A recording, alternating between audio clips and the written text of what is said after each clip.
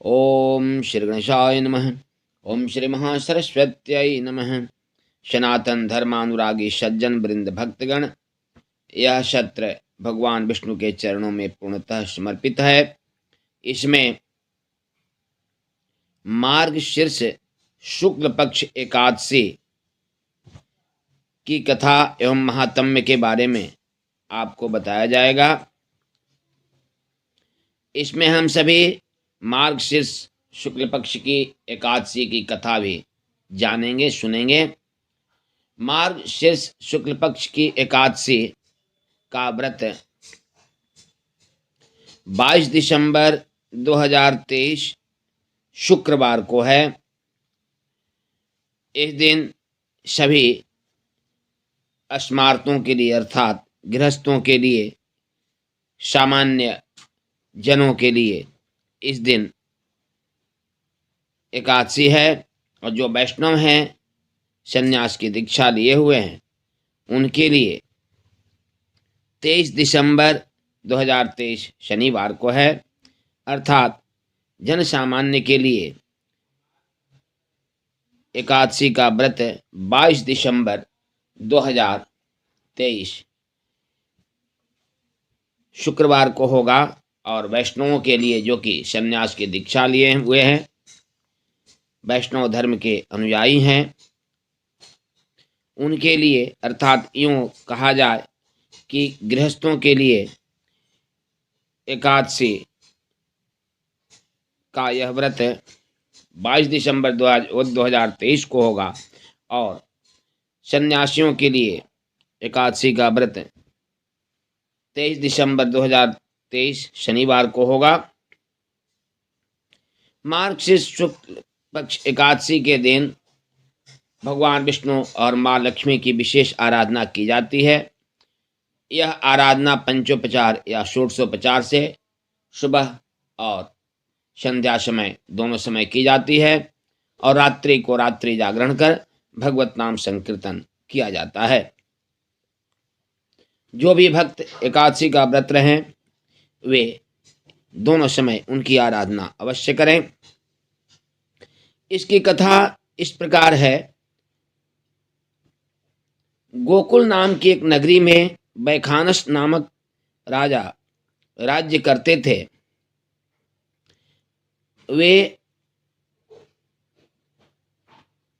सज्जन और सनातन धर्म के अनुसार शासन करने वाले, प्रजा को पुत्रवत समझने वाले राजा थे। उनके राज्य में सनातन धर्म के अनुयायी अपना कार्य बिना किसी बाधा के करते रहते थे।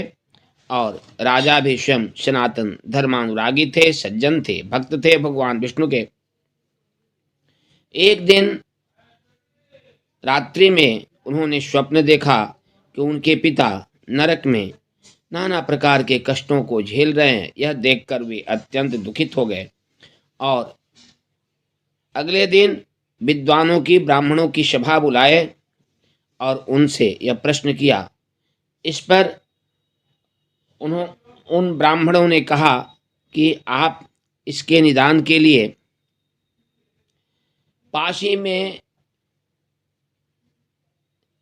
गोकुल नगरी के पाशी में जो जंगल है, उसमें एक पर्वत नाम के ऋषि रहते हैं। आप कृपा कर उनसे जाकर मिलिए, वे ही इसका उपाय बताएंगे।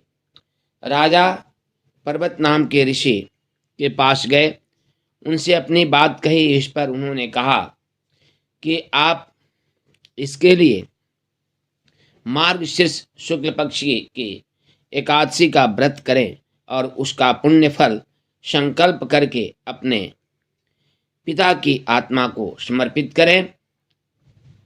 ऐसा करने से वे उस नरक की यातना से मुक्त होकर और स्वर्ग में निवास करेंगे या मोक्ष हो जाएगा उनका। यह सुनकर राजा मार्गशीर्ष शुक्ल पक्ष की एकादशी का व्रत किए और उसके पुण्य को संकल्प करके अपने पिता को समर्पित किए। ऐसा करने मात्र से ही वे उस नरक की यातना से मुक्त हो गए और उनको मोक्ष की प्राप्ति हो गई। पुनः इन्होंने ऐसा देखा कि उनके पिता भगवान विष्णु में मिल गए हैं और विमान पर स्वर्ग की यात्रा कर रहे हैं, अर्थात वे भगवान विष्णु में मिलने के लिए जा रहे हैं, अर्थात उनका मोक्ष हो रहा है। यह देखकर वे प्रसन्न हो गए और उनको सुख की अनुभूति हुई। ऐसा इस प्रकार उनके राज्य में प्रत्येक सज्जन भक्तगण, प्रत्येक प्रजा उनके इस व्रत को, एकादशी की इस महिमामयी व्रत को करने लगे और भगवान विष्णु और माँ लक्ष्मी की इस दिन विशेष आराधना करने लगे। और सभी जन अपनी मनोकामनाओं को लौकिक स्तर पर तो पुण्य करते ही, साथ में उनका परलोक भी सुधर रहा था। यह एकादशी का व्रत अत्यधिक पुण्यदायी है और मोक्ष को प्रदान करने वाला है। इस व्रत को सभी सनातन धर्मानुरागी सज्जन वृंद भक्तगण को अवश्य करना चाहिए। इन्हीं शब्दों के साथ वाणी को विराम। पुनः हम सभी मिलेंगे अगले सत्र में। तब तक के लिए सबको साधुवाद एवं कोटशः प्रणाम।